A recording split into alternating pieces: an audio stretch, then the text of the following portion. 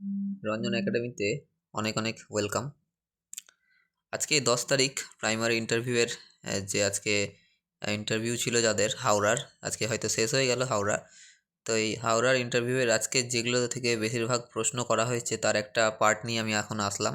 আবার একটা পার্ট কিন্তু আমি আপলোড করব। তো প্রথমেই আমরা দেখে নেব আজকে কী কী প্রশ্ন করা হয়েছিল। আর আজকের জিনিসগুলো কিন্তু আমি প্রত্যেকটা বিষয়ভিত্তিক হিসেবে আলাদা আলাদা করে তারপর কিন্তু আমাদের দিচ্ছি, আর সমস্তটাই কিন্তু উত্তর সহ। তো প্রথমেই দেখো, পেডাগজি এবং চাইল্ড সাইকোলজি থেকে আজকে প্রচুর প্রশ্ন করা হয়েছিল। প্রথম প্রশ্ন, বাচ্চাদের ব্যায়াম কি করে শেখাবেন? তো আমরা প্রথমে এটার উত্তর কিন্তু এভাবে দিতে পারি, খেলার ছলে শেখাবো স্যার। যেমন, এসো আমরা ব্যাঙের মতো লাফাই, তাতে লাফানো হবে। গাছের মতো হাত দোলানো, হাত ও কোমরের ব্যায়াম হবে।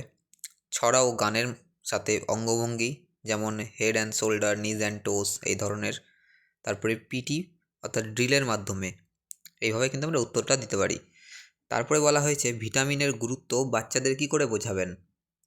তো উত্তর আমরা এইভাবে বলবো, বাচ্চাদের বলবো আমাদের শরীরটা একটা গাড়ির মতো, আর খাবার হলো পেট্রোল, কিন্তু ভিটামিন হলো সেই মেকানিক বা সৈনিক যারা শরীরকে খারাপ হওয়া থেকে বাঁচায়। এছাড়া চোখে ভালো দেখার জন্য, গায়ে জোর পাওয়ার জন্য এবং রোগ জীবাণুর সাথে লড়াই করার জন্য ভিটামিন দরকার। শাকসবজি ও ফলমূলে এই জাদুকরী শক্তি ভিটামিন থাকে। এইভাবে আমরা বাচ্চাদেরকে ভিটামিন সম্পর্কে বোঝাবো। তারপরে প্রশ্ন করা হয়েছিল পরিবেশ দূষণ ও তার প্রতিকার বাচ্চাদের কিভাবে বোঝাবেন? তো এটার উত্তর আমরা এইভাবে বলবো যে একটি পরিষ্কার গ্লাস জল এবং একটি নোংরা জলের গ্লাস দেখিয়ে তফাৎ করতে বলবো। ক্লাসরুমের মেঝের ধুলো দেখিয়ে বলবো এটাই দূষণ। তারপরে এর প্রতিকার কীভাবে বোঝাবো?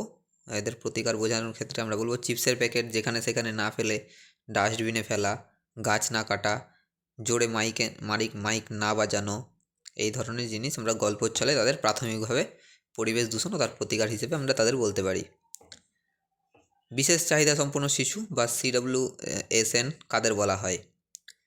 অর্থাৎ চিলড্রেন উইথ স্পেশাল নিড, যে সমস্ত শিশুরা শিখতে বা সাধারণ কাজ করতে অন্যদের চেয়ে একটু বেশি সাহায্যের প্রয়োজন হয়, সেটা শারীরিক, মানসিক বা ইন্দ্রিয়গত কারণে হতে পারে, তাদের বিশেষ চাহিদা সম্পন্ন শিশু বলা হয়। এদের জন্য অন্তর্ভুক্তিমূলক শিক্ষা বা ইনক্লুসিভ এডুকেশনের প্রয়োজন। পরিবেশবিদ্যা পড়ার উপকারিতা বাচ্চাদের কীভাবে বোঝাবেন?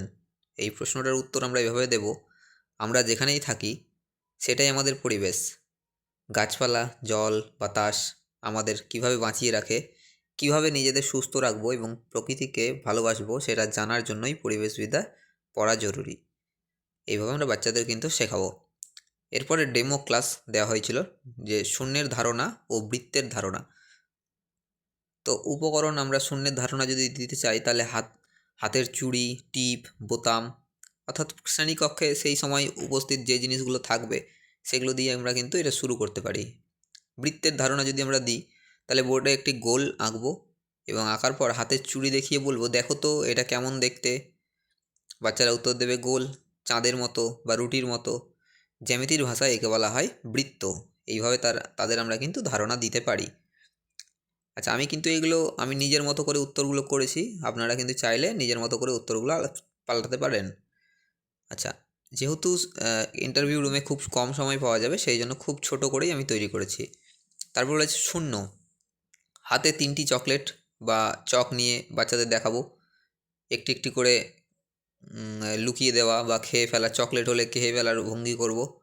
তারপর শেষে দেখাবো যে হাতে কিছু নেই, অর্থাৎ এখান থেকে সিদ্ধান্তে তাদের যেতে বলবো যে এই যে কিছু নেই এটাকেই অঙ্কের ভাষায় আমরা বলি শূন্য। আচ্ছা, তারপরে যেটা দেওয়া হয়েছে সেটা হচ্ছে ভগ্নাংশ শেখানো, ভগ্নাংশের ধারণা।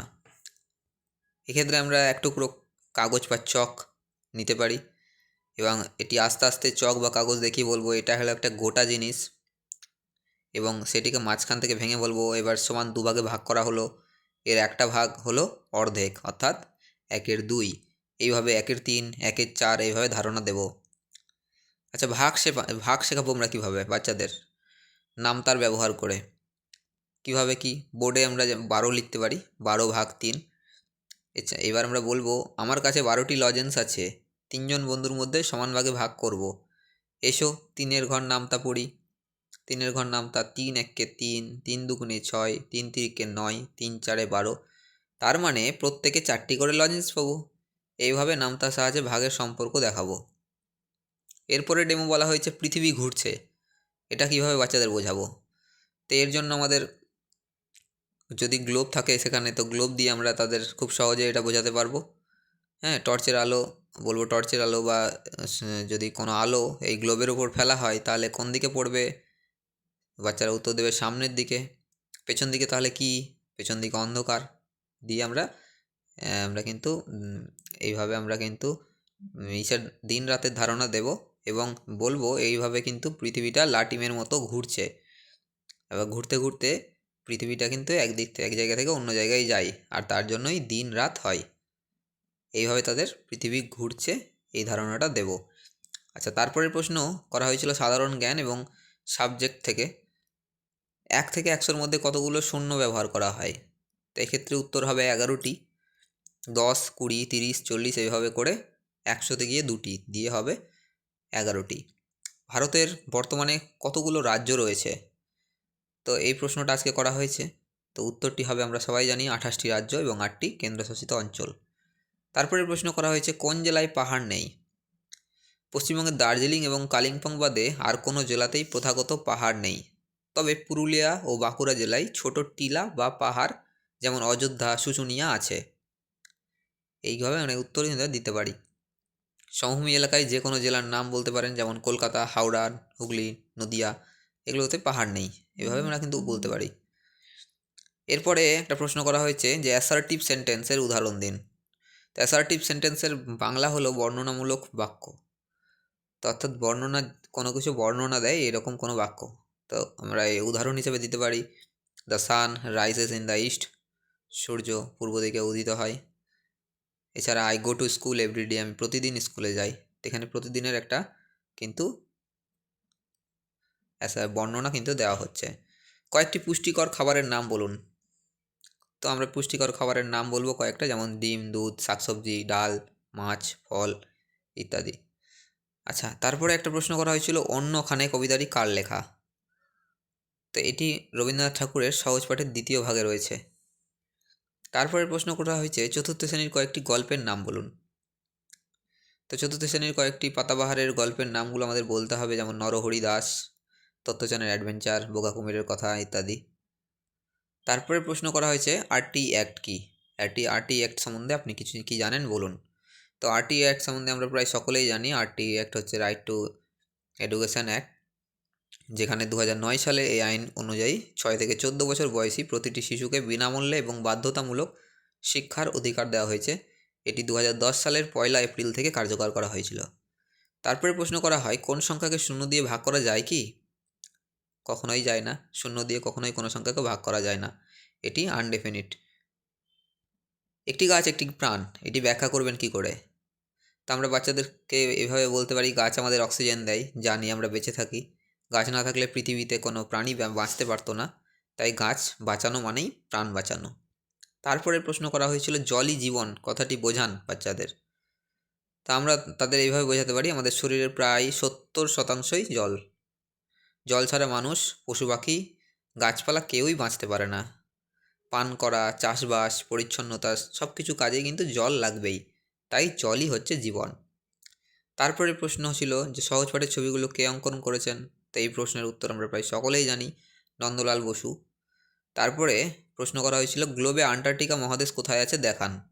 তো গ্লোবের একেবারে নিচে অর্থাৎ দক্ষিণ মেরুতে একটি সাদা রঙের বরফে ঢাকা মহাদেশ রয়েছে, সেটি হচ্ছে আন্টার্কটিকা। 2 জন সমাজ সংস্কারকের নাম লিখুন বলুন।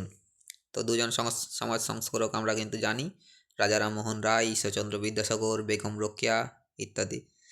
তারপরে প্রশ্ন করা হয়েছিল ধনধান্য পুষ্পে ভরা কবিতাটি কার লেখা? তো এটা আমরা প্রত্যেকেই পড়েছি কম বেশি, ধনধান্য পুষ্পে ভরা দ্বিজেন্দ্রলাল রায়ের লেখা। সালোকসংশ্লেষের ইংরেজি নাম কি? এটা কিন্তু আজকে ধরা হয়েছিল। তো সালোকসংশ্লেষের ইংরেজি নাম হচ্ছে ফটোসিনথেসিস। তারপরে প্রশ্ন করা হয়েছিল সুষম খাদ্য কাকে বলা হয়? তো যে খাদ্যের 6টি উপাদান অর্থাৎ শর্করা, প্রোটিন, ফ্যাট, ভিটামিন, খনিজ লবণ এবং জল রয়েছে সঠিক পরিমাণে, তাকেই আমরা সুষম খাদ্য বলতে পারি, যেমন দুধ, খিচুড়ি ইত্যাদি। তারপরে প্রশ্ন করা হয় সুন্দরবনকে সুন্দর বলা হয় কেন? যেহেতু এখানে সুন্দরী গাছের পরিমাণ অনেকটাই রয়েছে, সেই জন্য সুন্দরবনকে সুন্দর বলা হয়। তারপরের প্রশ্ন হয়েছে মৃত্তিকা দূষণে গাছের কি ক্ষতি হয়?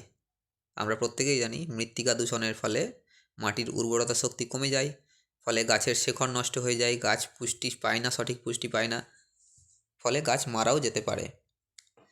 তারপরে যে প্রশ্নটা করা হয়েছিল যে মিনামাটা রোগ কেন হয়? তো মিনামাটা রোগ আমরা জানি প্রত্যেকেই যে পারদ দূষণের ফলে এটি হয়। তারপরে প্রশ্ন ভারতবর্ষে কয়টি মহাসাগর এবং মহাদেশ রয়েছে? তো আমরা প্রত্যেকেই জানি যে ভারতবর্ষে যদি বলা হয় তাহলে কিন্তু আমাদের এইভাবেই কিন্তু উত্তরটা দিতে হবে। ভারতবর্ষে কোনো মহাদেশ নেই, ভারতবর্ষ একটি মহাদেশের অন্তর্গত, অর্থাৎ এশিয়া মহাদেশের অন্তর্গত। এইভাবে কিন্তু বিভ্রান্তমূলক প্রশ্ন কিন্তু করা হতে পারে, যাতে আপনি সহজেই বিভ্রান্ত হয়ে যান। আচ্ছা, আর ভারতে যদি বলা হয় মহাসাগর, তো অবশ্যই ভারতের দক্ষিণে একটি মহাসাগর আছে, সেটি হচ্ছে ভারত মহাসাগর। তারপরে প্রশ্ন করা হয়েছে সন্ধি কাকে বলে? সন্ধি অর্থাৎ পাশাপাশি অবস্থিত দুটি বর্ণের মিলনকেই সন্ধি বলে হচ্ছে। সন্ধির অর্থই হচ্ছে দুটি বর্ণের মিলন, যেমন বিদ্যা যোগালয়, বিদ্যালয়। আচ্ছা, তারপরে আপনাকে আজকে এরকম প্রশ্ন করা হয়েছে অনেককে যে নিজের নামের প্রত্যয় করুন। তো নিজের নামের প্রত্যয়গুলো প্রত্যেকেই করে যাবেন। তারপরে প্রশ্ন করা মানে ডেমো দিতে বলা হয়েছিল পাচনতন্ত্র। আমরা যে খাবার খাই সেটা পেটে গিয়ে কী হয়, এই প্রশ্ন দিয়ে শুরু করতে পারেন। তারপরে আপনি তুলনা দিতে পারেন। আপনাদের বাচ্চারা, তোমাদের বাড়িতে তো মিক্সচার আছে তাই না? মিক্সচারে কি হয়, মশলা পেশাই হয় তাই তো? সেরকমই আমাদের পেটের ভেতরে পাকস্থলী নামে একটি থলিতে খাবার পেশাই করা হয় এবং তা থেকে শক্তি হয়। তাহলে আমরা কিভাবে খাই? মুখ দিয়ে খাই, সেটা খাদ্যনালী দিয়ে ভেতরে যায় এবং গিয়ে পাকস্থলীতে সেটা জমা হয় এবং সেখান থেকে সেটা পেশাই হয়ে আমরা শক্তি পাই এবং বাকিটা অন্ত্রের মাধ্যমে আমাদের দেহের বাইরে চলে আসে। ঠিক আছে, এই ছিল আজকের প্রশ্ন। তো আশা করি আপনাদের অনেকেরই কাজে লাগবে প্রশ্নটা। আমি এই পিডিএফটা আমি আমার টেলিগ্রামে দিয়ে দেবো। টেলিগ্রামে আপনারা যদি যুক্ত হতে চান, আমার ডেসক্রিপশনে লিঙ্কে গিয়ে আমার টেলিগ্রাম চ্যানেলে যুক্ত হতে পারেন। তো আজকের ভিডিওটা অনেকটাই বড় হলো, আশা করি প্রত্যেকেরই কাজে লাগবে। যাই হোক, ভালো করে প্রস্তুতি নিন। আবার আমার একটা ভালো আসবে, আমি কিছুক্ষণ পরে আবার একটা আপলোড করব, আপনারা এটা দেখুন ততক্ষণ। আশা করি অনেকটাই কাজে লাগবে।